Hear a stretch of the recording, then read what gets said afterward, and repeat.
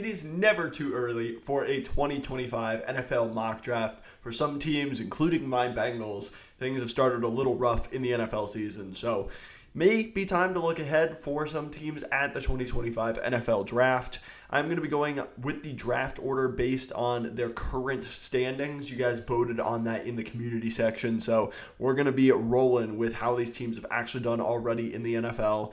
So that's going to put the Jacksonville Jaguars on the clock here with the number 1 overall pick. There's not going to be any trades in this mock draft just because this is kind of an exercise of learning about some of these players and some very, very early potential fits for them as well. So let's just go ahead and dive right into this, starting with the Jaguars.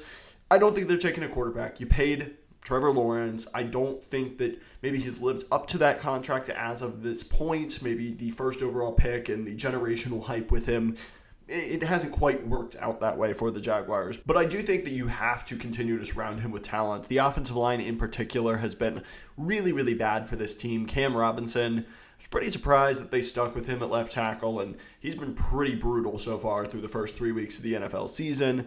Has tied up for the most pressures allowed of any offensive tackle in the league. So I do think offensive line is where they could look. I'm going to go with Kelvin Banks. He's just a rock-solid pass protector. Has an 87.8 PFF grade as of right now, and that's in pass blocking sets in particular. I think he's a good run blocker. He's a good athlete, has length. I could definitely see him being the top tackle off the board, and if the board did fall like this and the Jaguars couldn't find a trade partner, I do think tackle and Kelvin Banks would be a way that they could certainly go here. Number 2 for the Titans, I do think if they're picking this high, they're going to move on from Will Levis. Callahan has definitely seemed to voice some frustrations with some of the just boneheaded decisions that Levis is making, so I wouldn't be at all surprised if they do go quarterback, and I think there are some exciting players in this quarterback class, but a lot of uncertainty. I think Carson Beck is still kind of the most consistent, kind of most clear-cut quarterback one. Cam Ward definitely making a run for that award. I think if he keeps playing like he has, he certainly could climb into this conversation. But for the Titans, you already kind of had your big gunslinging type in Will Levis. That didn't work out. I think Beck is a little bit more of kind of the smart guy, somebody like a Jared Goff who went number 1 overall in his draft class. I think Beck could be that type of player where he's really good at distributing the ball, running the offense that he is, given, and I think that he could be really effective in that role. He's got a good arm. Is he the most traditional number 1 quarterback in a class? Probably not, but I do think he is a good player and, could at least bring some stability to this Titans room at number 2. For the Bengals, if they're picking this high, the defense has absolutely fallen off. I do think that, they've been very close in a lot of these games, and it certainly doesn't help that B.J. Hill and Sheldon Rankins have both missed significant time. McKinley Jackson, Chris Jenkins, their 2 rookies this year, have also missed time. But the interior and the run-stuffing ability of this defense is atrocious. So we're going to go Mason Graham.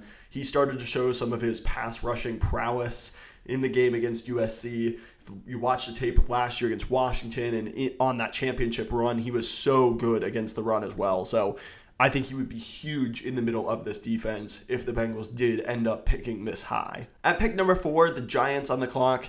Not sure if this is going to be Joe Shane and Brian Daboll that are making this selection if they do end up picking 4th overall, but I think that how he's played this year has justified Cam Ward making it into the top 5 here. He definitely has had a unique path. He started at Incarnate Word, ran the wing T offense in high school, and barely had any offers coming out because he barely threw the ball in high school. Played well at Incarnate Word, ended up transferring to Washington State. Played well there, but was definitely very inconsistent. The transfer to Miami, he's really shown a fantastic ability to kind of limit some of the turnover-worthy plays that plagued him and made him such a big question mark at the other stops in his collegiate career. He's really kind of toned a lot of that down, kept the big playability. He's a great athlete, has a good arm.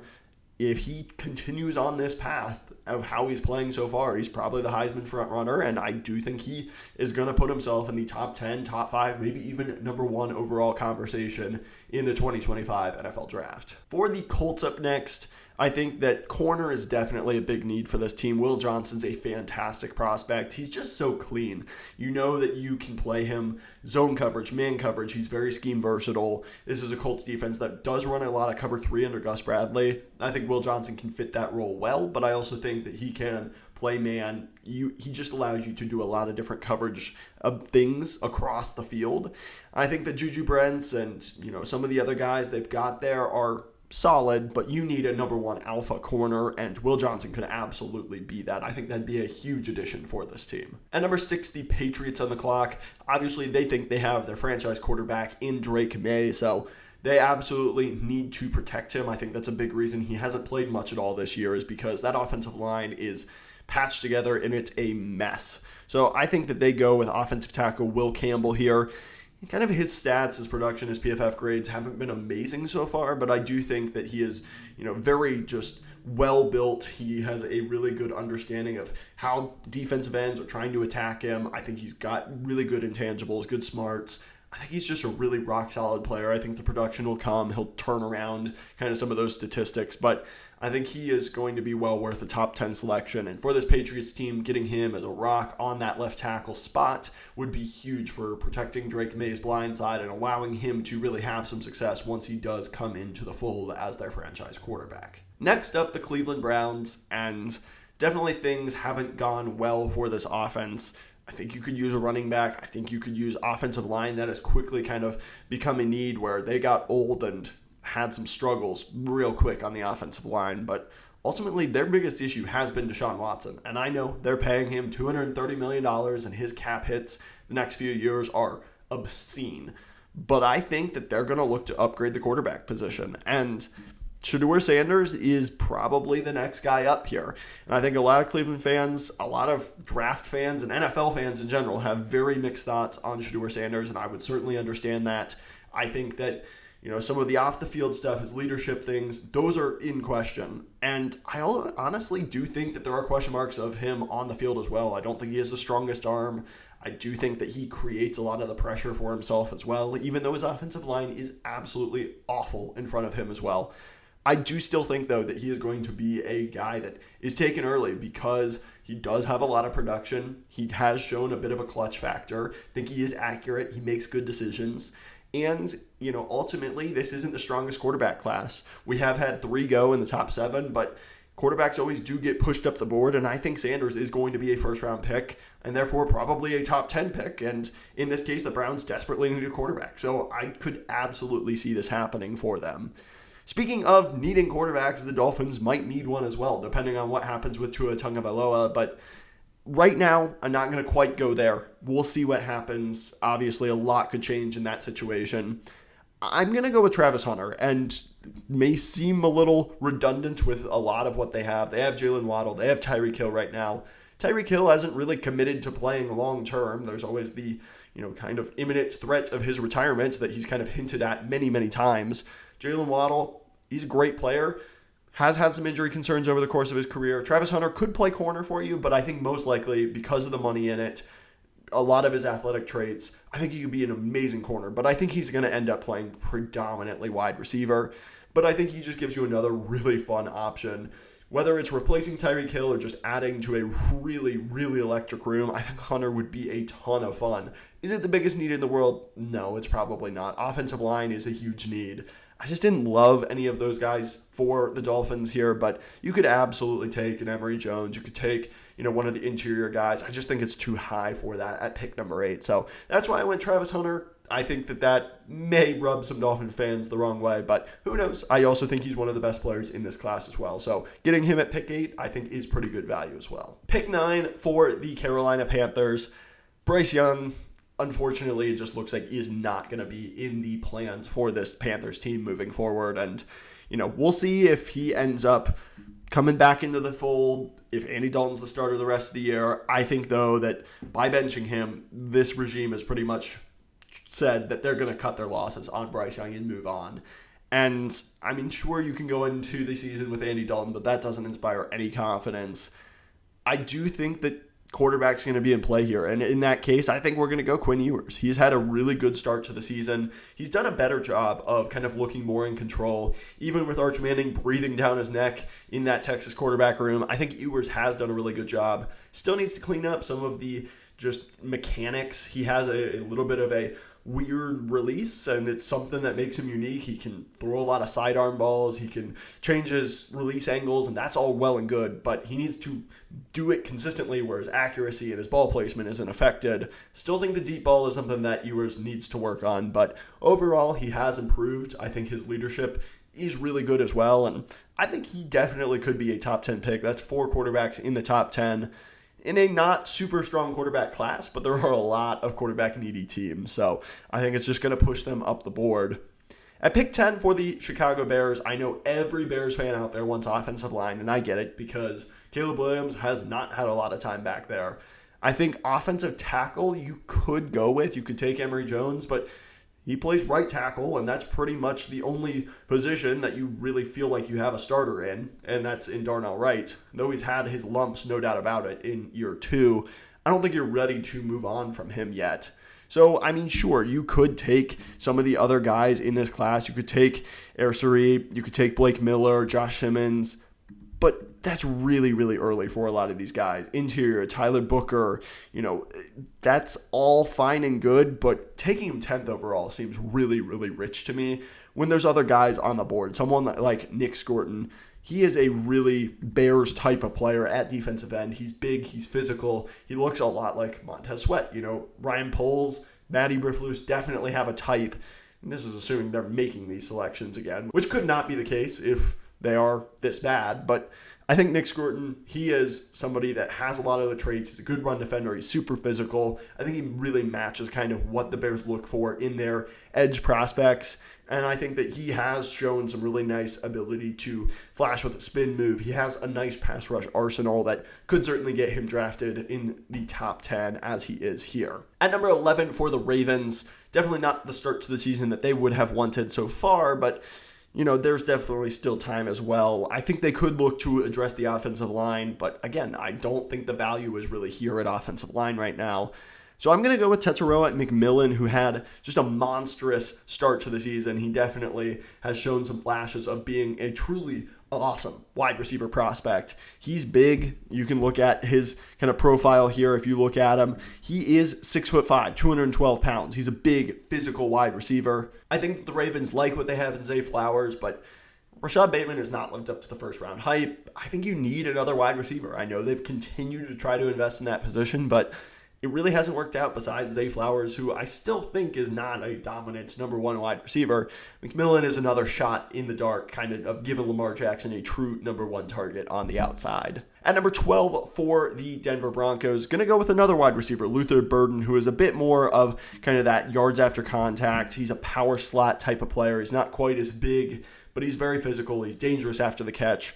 For the Broncos, you've got to get someone in there for Bo Nix. I mean, Courtland Sutton is an okay NFL player, but he should not be your wide receiver 1 for a young quarterback. You've got to get weapons in there. I think Luther Burden would absolutely be the pick for this Broncos team if he was available.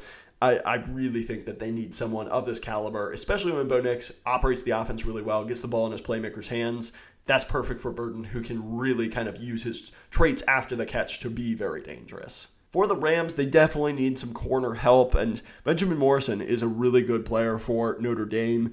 I think that he would be a perfect fit in this defense. He definitely has that ability to play man, but also very, very good in zone. I think that he would be an ideal fit in this defensive scheme. I think that the Rams would pretty much run this up. There's a lot of really good corners in this class, and Morrison is definitely one of them. I think that you could certainly argue he's a top 10 player in this class, so getting him at 13 for the Rams at a big position of need, I don't think they'd be mad at that at all. The Arizona Cardinals up next.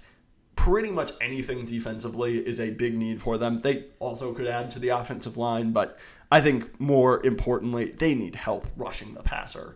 Their pass rush win rate, their ability to generate pressure without exotic blitzes from Jonathan Gannon is pretty much non-existent. So I'm going to go with probably the preseason number 1 overall consensus player, James Pierce Jr.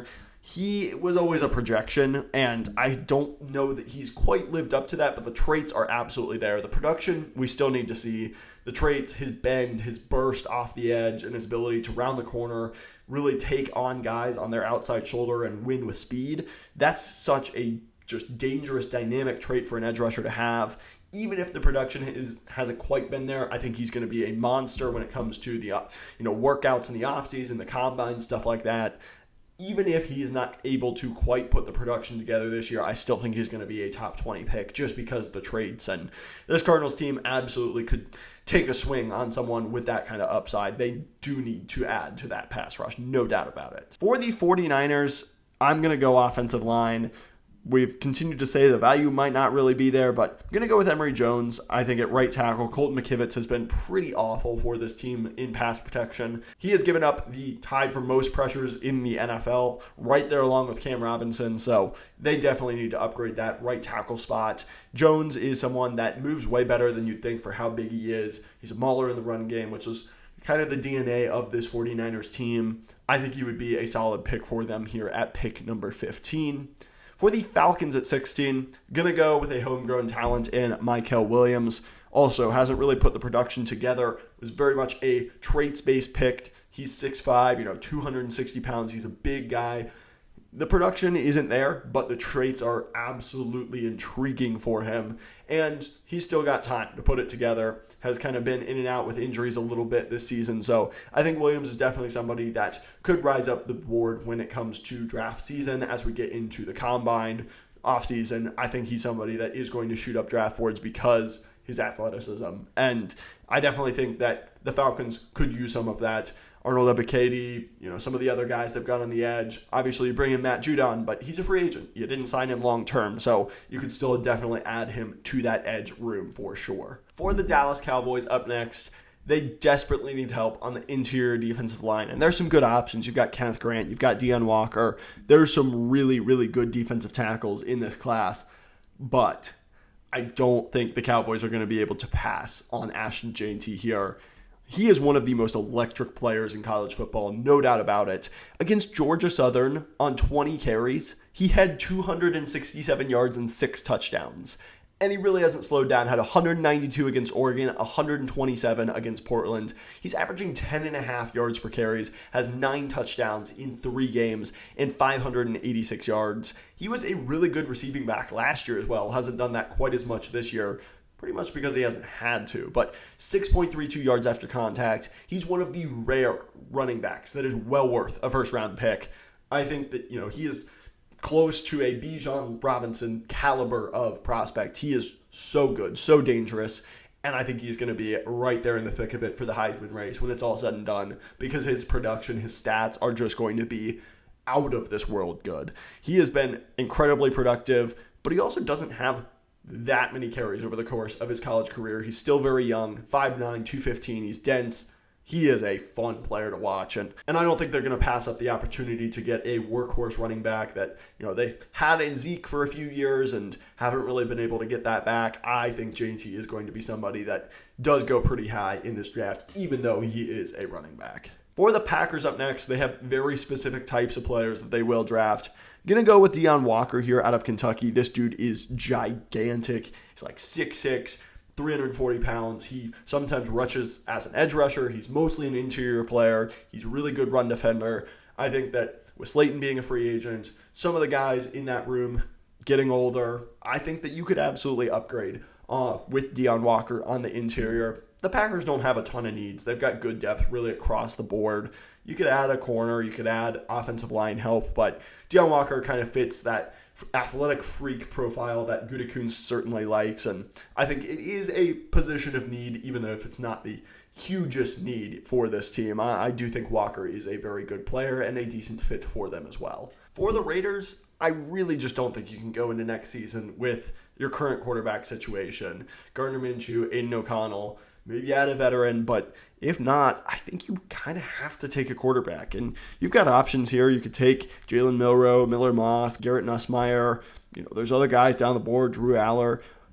I think that right now, Nussmeier is kind of my pick of these guys to break out. 13 touchdowns, 2 interceptions, 6'2". I think he's kind of got a lot of the traits that you look for. I think he's played really well this year. You look at his stats, has an 85 overall PFF grade. He's really good, when there's no pressure in his face. Even when there is pressure, I think he's done a pretty good job. He's played well against pretty good SEC caliber competition. I think Nussmeier has played himself into probably the day 2 conversation at quarterback right now, and potentially an ability to climb even higher into that day 1 conversation if he continues to play well. You could also absolutely go with Miller Moss, one of these other guys. Milroe has been still the same electric playmaker, but I think right now, for me, I'm going to go with Nussmeier at pick number 19 for the Raiders. It might be a bit of a reach, but at some point you do have to take the swing on a franchise guy, and I think this could be the spot for him if they are picking that late. Maybe they look to move up, but I think Nussmeier could play himself into the conversation for the first round at the very least. For the Commanders up next, I certainly thought about going wide receiver for them. There's certainly some interesting players on the board. Isaiah Bond could be a nice field stretcher for them, but at corner, they are so bad right now. You've got Emmanuel Forbes, who is already, I think, a complete bust. He's looked terrible. The other guys you've got out there are nothing special. Edge rusher, big-time need as well, but I think you kind of have to go corner. And I was a big fan of Denzel Burke last year when he was draft eligible. He decided to come back to Ohio State. They haven't really played anyone, so he hasn't been super tested, but I think he's got the traits, a really good feel of the field with his intangibles, a great understanding of coverages. I do think Denzel Burke will be a first-round corner, and for the Commanders, pick 20, don't think that's a bad selection for them at all. For the Chargers up next, definitely thought about going Kenneth Grant, the interior of this defensive line. They could certainly look to upgrade, but I think when it comes to pass catcher, tight ends for them is really bad right now. Hayden Hurst is just not great. You've got Will Dissly, he's a blocking guy. Can't you just see Jim Harbaugh drafting Colston Loveland? I mean, he was the number 1 playmaker for this offense with J.J. McCarthy when Harbaugh was there for his final year. I think Loveland is by far the best tight end in this class, though there are some other really good ones as well. So Loveland's pick 21 to the Chargers makes a ton of sense. I think you could definitely go, interior defensive line, offensive line, trenches in some capacity, but adding another playmaker for Justin Herbert, I think you've got some decent guys at wide receiver. McConkey, Quinn Johnston has broken out a little bit.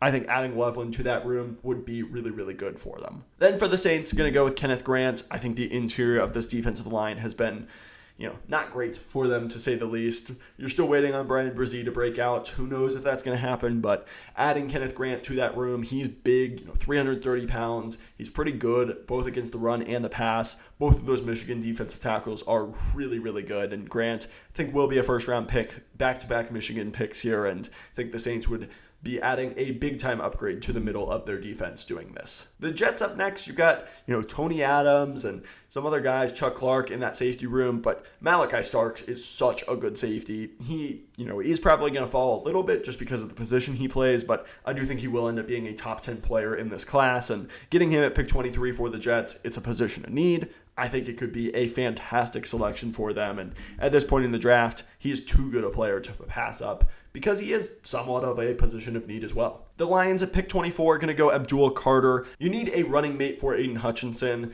think Carter definitely, you play some on-ball linebacker, some off-ball linebacker. I do think that he is, with his athletic, freakish traits, I think he's somebody that will translate well to edge rush position long term. I think you can get creative with him, disguise some coverages, drop him off into fire blitzes, stuff like that. But I think overall you could add to that edge 2 room. There's not a ton of holes on this team. You could add to the offensive line for sure. But I think adding Abdul Carter, the caliber of athlete, I think a lot of the traits that he has could turn him into a really nice running mate for Hutchinson at pick 24 for the Lions here. The Eagles, they've invested a ton into the defensive line, but Brandon Ingram, not probably coming back. You have Huff, but really Nolan Smith, you're not getting a lot out of him.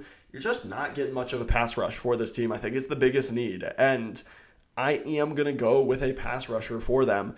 I am going to go with a little bit of a hybrid on-ball, off-ball player as well, just like we just drafted. It's going to be Jaylen Walker out of Georgia. He's definitely shown some stuff. They move him all around that front seven. I think he's another guy that could really benefit from playing long-term at edge rusher because I think his explosiveness, his speed off the edge, he's already shown some really great things, had a ton of pressures, this season already. So I think he is somebody that they could really like. It's the Georgia pipeline. They always like drafting from Georgia, so it makes a lot of sense.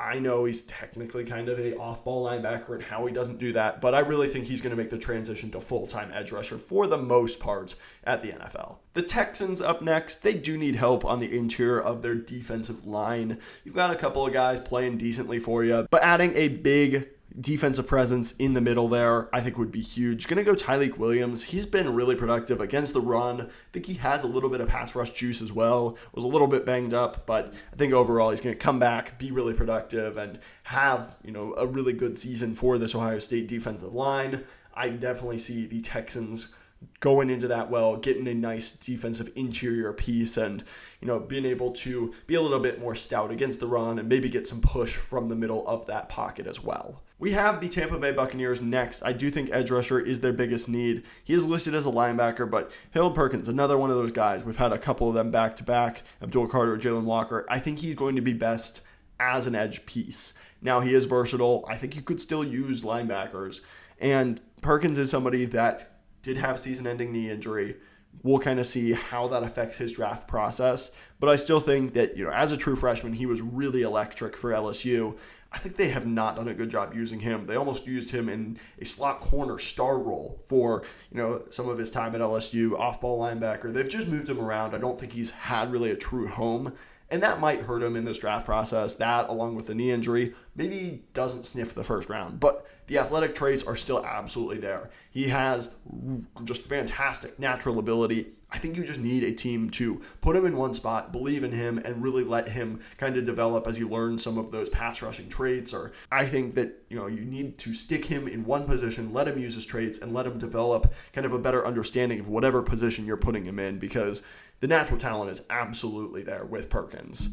At pick 28 for the Buffalo Bills, I've gone with a corner, another guy who had, unfortunately, a season-ending injury. Shavon Revel already had 2 interceptions for East Carolina. He was awesome. I think he definitely could have played himself into, the Quinyon Mitchell conversation, where Mitchell ended up being corner one, really, for most people. I think Revel could have played himself, not probably in that conversation with Will Johnson and, a lot of the guys in this class, but I think he could have been a top 20 pick. The injury is maybe going to push him out of round 1, but wanted to give him a big-time shout-out. He is an awesome player. Maybe he can come back and do some of the stuff in the offseason, run at the combine, something like that. Probably not with the timeline of the injury, but hopefully he's at least going to be ready for his rookie season, so that would be huge, and I do think that he could be a player that a lot of teams do like. Next up, we've got Jonah Savaiinaea for the Seattle Seahawks. I think he's ultimately going to end up playing guard. I do think that,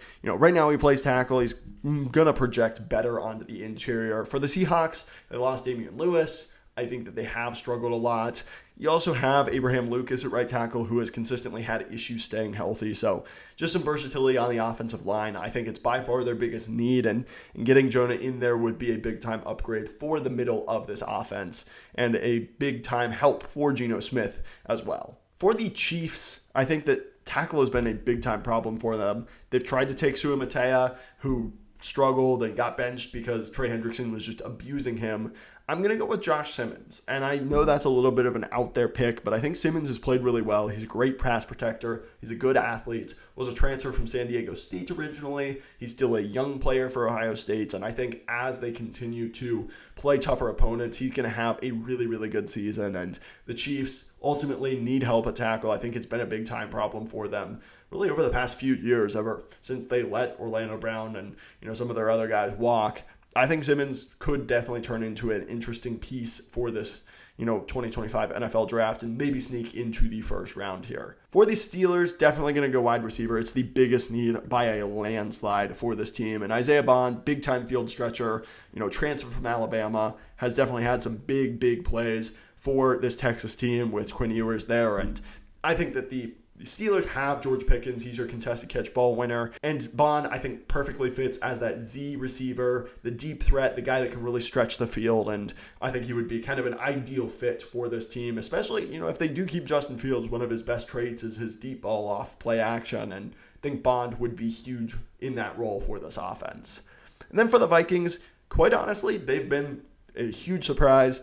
I'd be very surprised if they're picking 32, but, still, they've played very, very well. I do think corner is still a need for this team for sure. Going to go Tacario Davis. He's huge. He's, when you look at his stats, 6'4", 190 pounds. I think he's played pretty well so far this year, so we're going to draft him here. Add some physicality to that corner room. Flores likes running a lot of blitzes, man coverage. Tacario Davis kind of in that press role, I think would fit perfectly for what they want to do. So that is going to do it for my very early 2025 NFL mock draft here. Like I said, so much of this is going to change when it comes to the draft order, where these guys are slotted. It's very early in both the college and the NFL season, but I think a lot of these guys are very fun to talk about right now, just kind of predicting where they might end up as well. So let me know in the comments down below what you think. Did I draft the right position? Are some of the guys that I drafted here going way too high or way too low? Let me know who you want your favorite team to draft and your thoughts. Please, if you like this kind of video, hit the like button. While you're down there, hit the subscribe button as well. Both of those things just help the channel out so much. I would truly appreciate it. Thank you for watching. I will catch you in the next one.